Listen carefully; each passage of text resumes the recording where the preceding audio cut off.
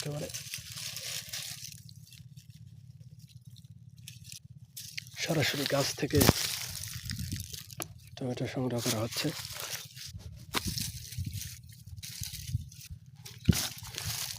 এই যে দেখেন কত সুন্দর একটা টমেটো। এটা এখন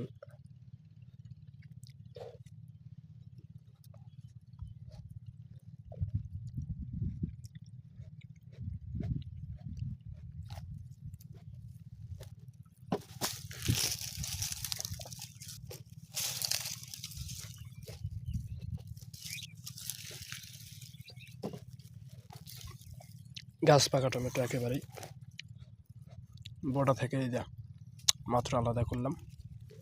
এই টমেটোগুলো আসলে অত্যন্ত সুস্বাদু। এই টমেটো চাষের খরচ যদিও কম, তবে পরিবহন ব্যয়টা অত্যন্ত বেশি, যে কারণে প্রান্তিক পর্যায়ে যারা কৃষক রয়েছেন ওনারা আসলে ঢাকায় বা অন্যান্য বড় শহরগুলোতে এই টমেটোগুলা নিতে পারেন না।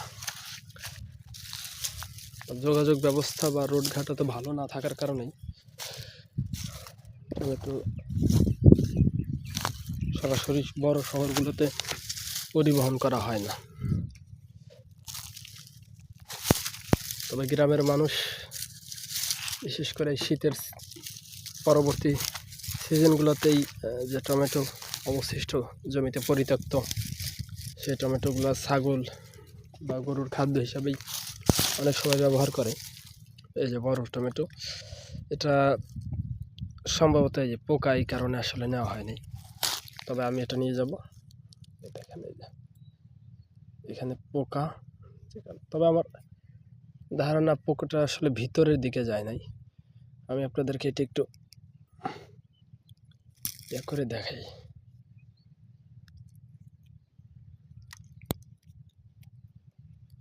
এই যে দেখেন পোকাটা জাস্ট এই মুখের ইয়া পর্যন্তই ছিদ্র করেছে, এরপরে আসলে ভিতরের দিকে সে প্রবেশ করতে পারে নাই। যে এতটুকু যে ভিতরে একেবারেই ভালো, পুরাটা দেখেন পেকে গেছে। এই যে অসংখ্য টমেটোর বীজ, এটা নষ্ট হয়ে গেল, আমি এটা নিব না। এই যে আরও আপনাদেরকে দেখাচ্ছি আমি। যারা আমার ভিডিও দেখেন অবশ্যই আমার চ্যানেলটা সাবস্ক্রাইব করবেন।